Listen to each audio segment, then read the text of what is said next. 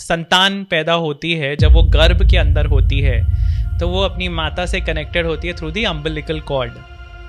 तो ये लोटस जो है उसकी जो स्टॉक है, that is the umbilical cord, connecting God as a creator with the first mortal being which is Brahma. Actually universe का तो आप छोड़ ही दो, यूनिवर्स की लाइफ तो बहुत ही लंबी है। अर्थ की जो लाइफ है, अभी मानते हैं कि 4.5 बिलियन ईयर्स अर्थ की लाइफ है, एज है अभी। और ये 4.5 बिलियन ईयर्स में ह्यूमंस, अगर आप एक क्लॉक पे प्लॉट करेंगे तो वो 1159 के आसपास ह्यूमंस प्रेजेंट प्रकट हुए हैं। My God.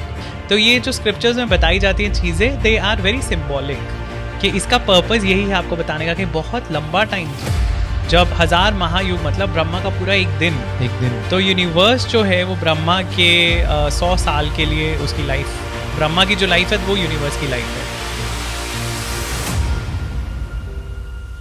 मेरा एक पर्सनल जो आपका एक ब्लॉग है, decode Hindu mythology, its top 30 blogs in the world for, हम डाल देंगे उसका एक स्क्रीनशॉट, जिसमें आप देखेंगे राइट साइड में A to Z इन्होंने पूरी एक ब्लॉग की सीरीज लिखी है। उसमें से C पे आता है क्रिएशन बाय ब्रह्मा और creation of Brahma. It's my personal favourite, और मैं आई डोंट नो कितने बार मैंने इनसे जिद कर ली है और ये शायद पक गए होंगे, तो बोले आज फाइनली कर ही लेते हैं शूट इस पे। So yes, let's start from it, क्योंकि ये थोड़ा सा वैष्णव पर्सपेक्टिव से आपने ब्लॉग लिखा है। राइट। सो सात्विक, first of all thank you for mentioning the blog. Actually 2011 से मैं वो ब्लॉग लिख रहा था and I continued it till 2016 और 17, आई थिंक 5 या 6 साल मैंने वो ब्लॉग किया है। और उस टाइम पे एक्चुअली लोग पढ़ते थे, हाँ, अब लोग पढ़ते कम है, देखते ज़्यादा है। सो इसलिए हाँ, इसीलिए you know the whole format has changed from articles to podcast. But उस ब्लॉग में मैंने काफ़ी इन डेप्थ रिसर्च करके, स्क्रिप्चर्स पढ़ के उनको सिंप्लीफाई करने की कोशिश की और उनको थोड़ा साइंटिफिकली या लॉजिकली एनालाइज करने की कोशिश की अलग अलग आर्टिकल्स में। सो उसमें जो आर्टिकल है जिसके बारे में आप बात कर रहे हैं, क्रिएशन बाय ब्रह्मा, उसमें एक डेफिनेटली वैष्णव पर्सपेक्टिव है, क्योंकि वो मैंने भागवत पुराण से लिया था। और उसमें पूरी डिटेल्स दी गई हैं कि क्रिएशन कैसे हुई। अब जैसा आपने कहा कि before the big bang, you know, हम लोग क्रिएशन जनरली हम सोचते हैं, इमेजिन करते हैं साइंटिफिकली कि यूनिवर्स शुरू हुआ बिग बैंग से, बट क्या उसके भी पहले कुछ था? That is the question, right? So scriptures में बहुत सारी इंफॉर्मेशन है जो हमें पता नहीं होती, क्योंकि एक एवरेज इंडियन की या एक एवरेज हिंदू की जो नॉलेज है अबाउट द स्क्रिप्चर्स या about mythology is generally limited to Ramayana and Mahabharata. हमें रामायण की स्टोरी थोड़ी पता है, वो भी काफ़ी हद तक गलत पता है, और महाभारत की स्टोरीज थोड़ी थोड़ी पता होती हैं। उसके लिए भी पढ़ना है तो रामायण रिवील्ड, इनकी बुक है Ramayana revealed. Please you can go ahead and check it out. पर महाभारत और रामायण के अलावा बहुत ज़्यादा लोगों को ज्ञान नहीं है हमारे स्टोरीज़ का। कुछ स्टोरीज़ ऑफ कोर्स शिव जी की, पार्वती जी की, थोड़ी काली माता की, कुछ देवियों की कहानियाँ वगैरह पता होती हैं, बट मेजर जो स्टोरीज़ हैं हमारे पुराणों में लिखी गई हैं वो हमें पता ही नहीं। हमें यही नहीं पता कि पुराणों में है क्या, राइट? काफ़ी लोग ऐसे क्वेश्चन पूछते हैं। आई थिंक हमने पिछले पॉडकास्ट में भी डिस्कस किया था कि पुराणों में बहुत सारा हिस्टोरिकल डेटा है, जीनियोलॉजीज है, हम लोग को रीसेंट हिस्ट्री लगती है वो हिस्ट्री। बिल्कुल बिल्कुल, रीसेंट हिस्ट्री वाला हिस्टोरिकल डेटा है। पुरानी जीनियोलॉजीज भी है, सूर्यवंश की, चंद्रवंश की, पर कलयुग की जो डायनेस्टीज हैं वो भी उसमें मेंशन है पुराणों में। और एक्चुअली 4 मेजर पुराण हैं जिनमें ये आपको डिटेल्स मिलती हैं। विष्णु पुराण, भागवत पुराण, मत्स्य पुराण और वायु पुराण। इन चारों में ये जीनियोलॉजीज मिलती हैं।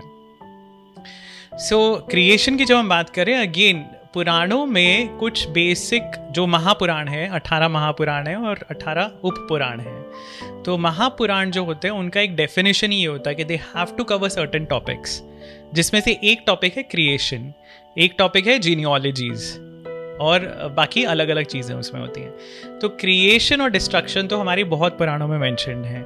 सो ये आर्टिकल मैंने भागवत पुराण के हिसाब से लिखा था, but broadly the steps are similar. Vishnu ji के जो पोर से निकले हुए यूनिवर्सेस हैं, उस हर यूनिवर्स के अंदर एक फॉर्म है उनकी, जिसको हम कहते हैं गर्भोदक शाही विष्णु। अब उसको गर्भोदक क्यों बोलते हैं? क्योंकि this is like a womb, right, कि गर्भ की तरह है हर यूनिवर्स जिसके अंदर क्रिएचर्स पैदा होंगे, और वहां पे जो लेटे हुए हैं विष्णु वो हैं शेषनाग के ऊपर। ओके। और उन विष्णु की नाभि में से कमल निकलता है।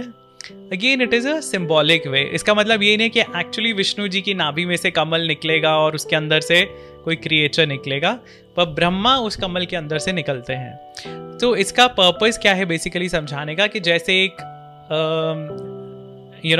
संतान पैदा होती है, जब वो गर्भ के अंदर होती है तो वो अपनी माता से कनेक्टेड होती है थ्रू दी अम्बिलिकल कॉर्ड। तो ये लोटस जो है उसकी जो स्टॉक है that is the umbilical cord, connecting God as a creator with the first mortal being which is Brahma. तो ब्रह्मा जी जो पहले मॉर्टल बीइंग है, नश्वर प्राणी है इस यूनिवर्स के, वो विष्णु जी से प्रकट हुए, और वो जो लोटस है वो उनकी अम्बिलिकल कॉर्ड है बेसिकली। और ब्रह्मा जी फिर दोबारा क्रिएशन शुरू करते हैं उस यूनिवर्स की। तो ये जो शुरू का जो पार्ट है, जब तक ब्रह्मा जी पैदा नहीं हुए हैं, इसको हम बोलते हैं प्राकृतिक सर्ग। ये इसमें 3 अलग अलग स्टेप्स आते हैं, but I will not go too much into detail because this is most conceptually, this has to be understood conceptually, क्योंकि इसमें जो 5 इंद्रियां हैं या 5 पंच महाभूत हैं या 5 तन मात्रा हैं, ज्ञान इंद्रिय, तो ज्ञान इंद्रियां, कर्म इंद्रियां जो है, ये सब इसमें डेवलप होता है। ईगो, कॉन्शियसनेस, अहंकार, द आइडेंटिटी। अहंकार का मतलब सिर्फ ईगो नहीं होता, और ईगो का मतलब सिर्फ प्राइड नहीं होता। Ego means your identity, I, psychologically अगर हम बात करते हैं तो what is your identification, that is your ego, that is your अहम। So the concept of these senses, जो चीज़ें हम देख रहे हैं अब यूनिवर्स में क्या है, जो कुछ भी है वो इन 5 सेंसेस के थ्रू ही हम ऑब्जर्व कर सकते हैं। तो जब यूनिवर्स की क्रिएशन हुई या जब मटेरियल रियल्म की क्रिएशन हुई, तब कुछ भी नहीं था उसमें। प्राकृतिक सर्ग में basically things are coming into being. So जो पहले सब फ्लूइड में था, अगर आप बिग बैंग थियरी की बात करते हैं तो उसमें एक बहुत लंबी डार्क एज थी, जो साइंटिस्ट बिग बैंग के हिसाब से टाइमलाइन बताते हैं। For millions of years there was a dark age, nothing was visible, there was only lot of radiation, बहुत सारे आयंस थे, प्लाज्मा था, so it was all energy, it was all fluid. So जब हम शक्ति की बात करते हैं तो जो देवी के उपासक हैं वो यही मानते हैं कि इनिशियली देयर वाज ओनली शक्ति, विच इज ट्रू, क्योंकि मैटर एग्जिस्ट ही नहीं करता था उस टाइम, सिर्फ एनर्जी का एक फ्लक्स था, राइट। सो उस प्राइमीवल सूप में बेसिकली एनर्जी थी, आयंस थे, एंड दिस वाज द प्राकृतिक सर्ग, जिसमें जो बिल्डिंग ब्लॉक्स हैं, जो 5 हम महाभूत बोलते हैं, पृथ्वी, आकाश, जल, वायु, अग्नि, तो ये जो है ये बन रहे थे। These are the building blocks of everything in this universe. So हम पृथ्वी की बात करें, पृथ्वी का मतलब प्लैनेट अर्थ नहीं है, पृथ्वी मतलब टैंजिबल सब्सटेंस। अच्छा। जल मतलब फ्लूइड सब्सटेंस, अग्नि मतलब एनर्जी, हाँ, जो गर्म करती हो, जो हीट कर रही हो। आकाश आप कैसे आइडेंटिफाई करोगे? Akash is basically again space and ether is the sort of we can understand through atmosphere, या फिर जो मीडियम है to transmit energy. Sound waves हैं, जैसे साउंड वेव्स कैसे जाती हैं, they travel in ether, right. So ये जो कॉन्सेप्ट्स है, जो कि बेसिक बिल्डिंग ब्लॉक्स है यूनिवर्स के, ये उस समय फॉर्म हो रहे थे। तो दैट इज द प्राकृतिक सर्ग। उसमें आपने एक चीज़ जो मुझे बहुत इंटरेस्टिंग लगी ये आर्टिकल पढ़ते समय, वो एक पता नहीं क्यों ऐसा किया विष्णु जी ने। पहले जब वो गर्भोदक्षाय जी जब आए, कर्णोदक्षाय विष्णु जी में से, तो वो पहले तो 1000 महायुग तक कुछ करते ही नहीं है, काफ़ी ब्लैंक रहता है, जो आपने कहा कि बिग बैंग के पहले भी एक शांति थी। और फिर उसके बाद में भी जब वो ब्रह्मा जी निकलते हैं उनके नाभि में से, उसके बाद में भी वो ब्रह्मा जी को 100 महायुग तक पेनेंस करना पड़ता है, मेडिटेट करना पड़ता है, तपस्या करनी पड़ती है, तब जाके वो अपना दर्शन देते हैं उनको। तो ये क्यों किया उन्होंने, मतलब?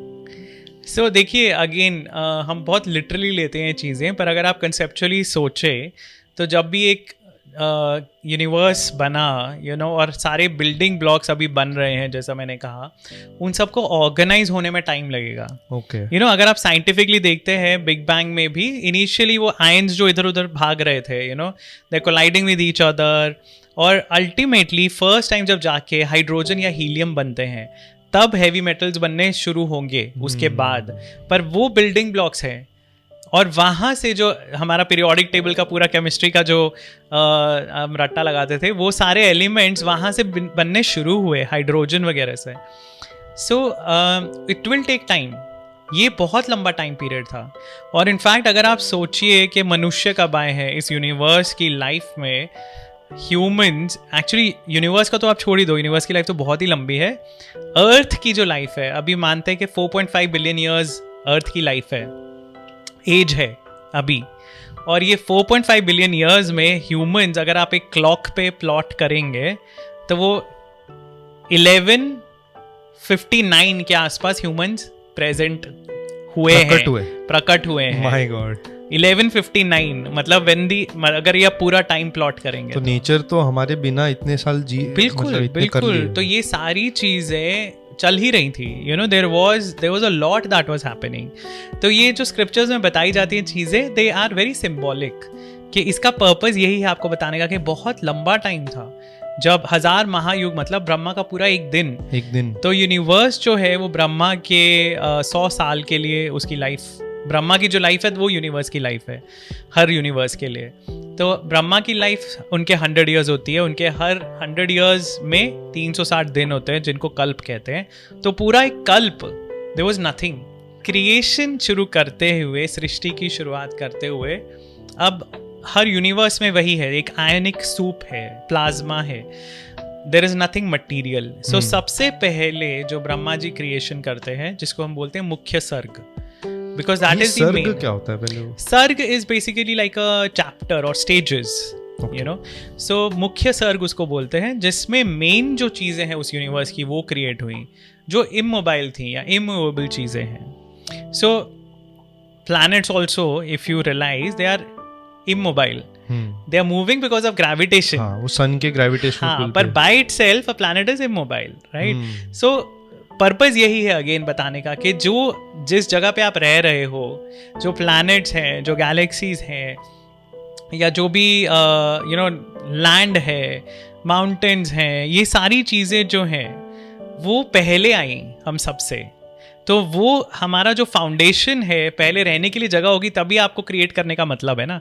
तो ब्रह्मा ने सबसे पहले रहने के लिए जगह बनाई, जीवों के लिए, आत्माओं के लिए। तो वो मुख्य सर्ग था।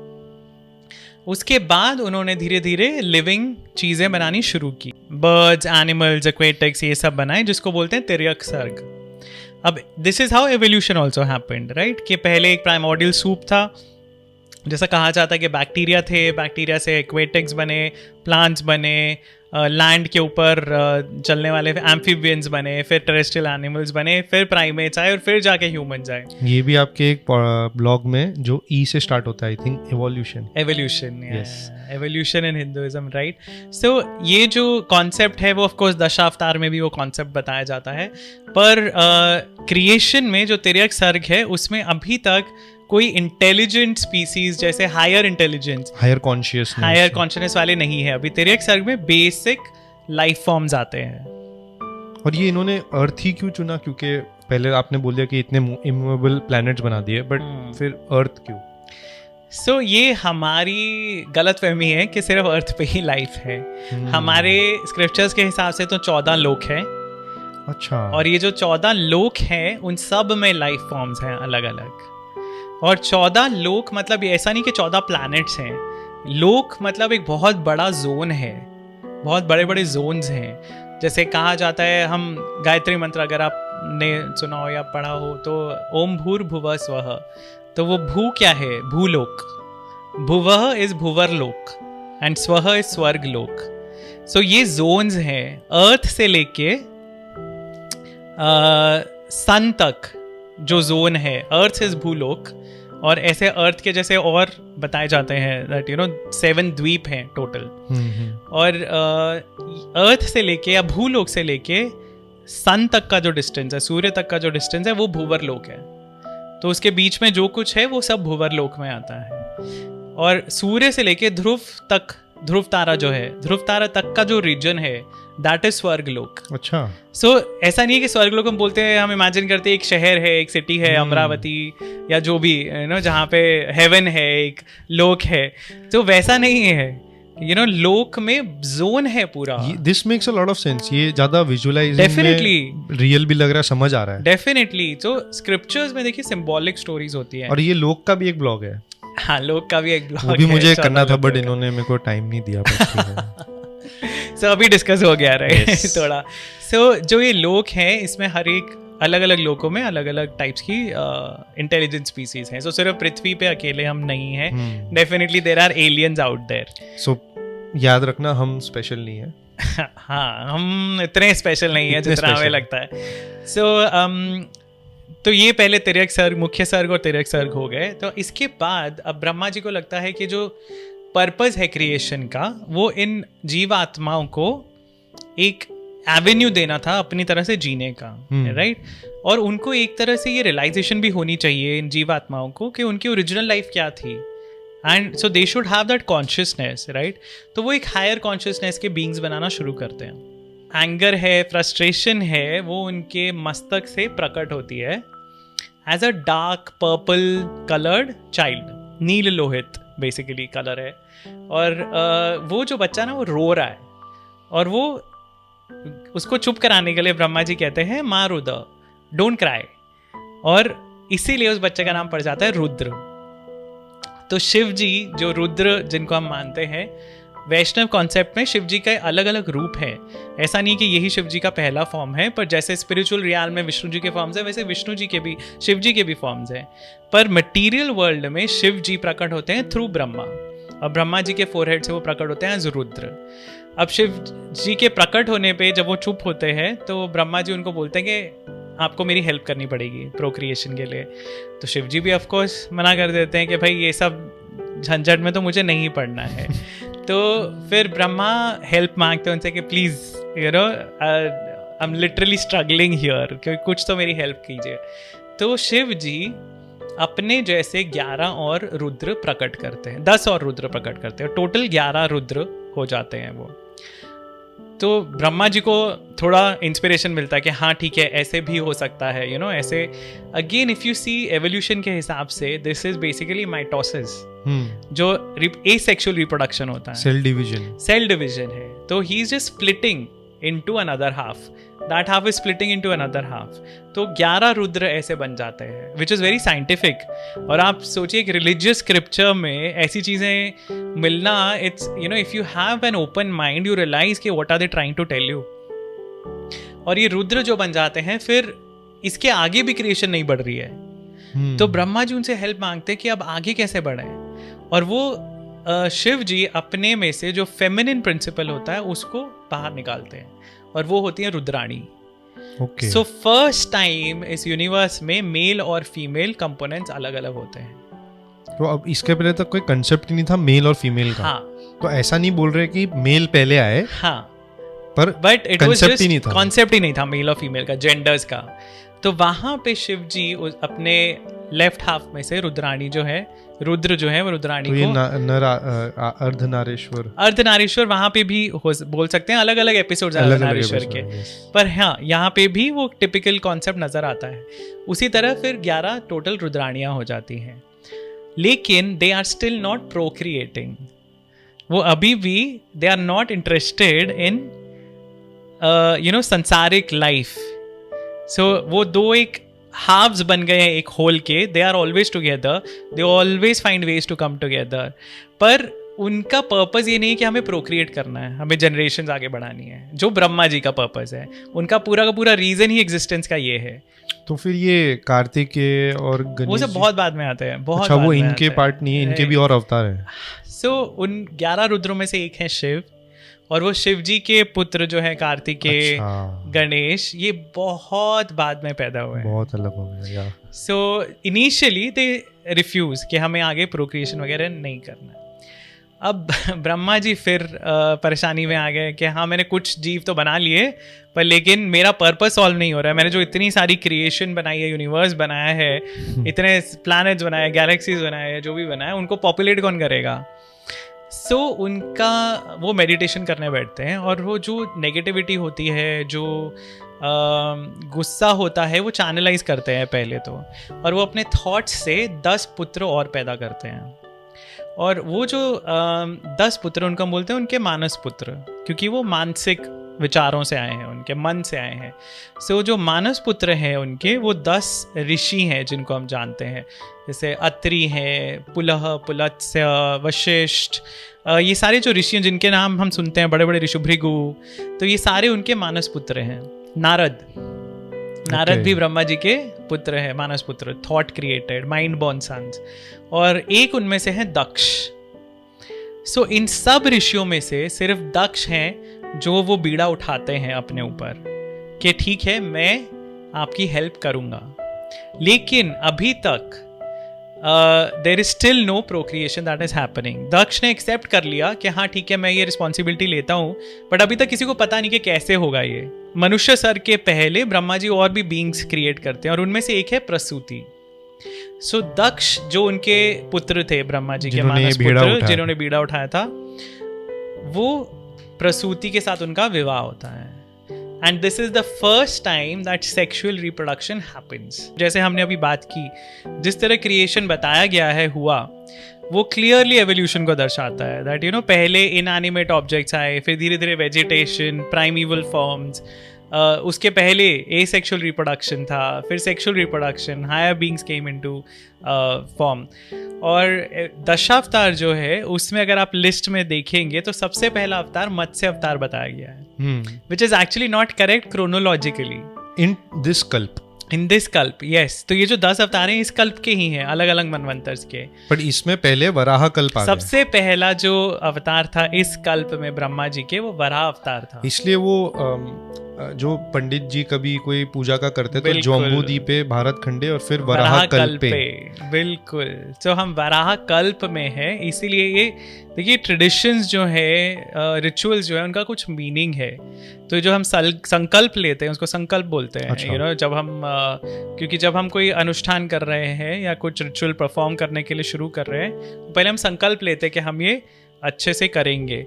और वो संकल्प जब हम लेते हैं तो उसमें ये अभी टाइम क्या है, लोकेशन क्या है, और मैं कौन हूँ, मेरा गोत्र क्या है, ये हम चीज़ें वहाँ पे डिक्लेयर करते हैं। सो संकल्प लेते हुए जैसे आपने कहा वराह कल्पे, फिर हम बोलते हैं जम्बू द्वीपे।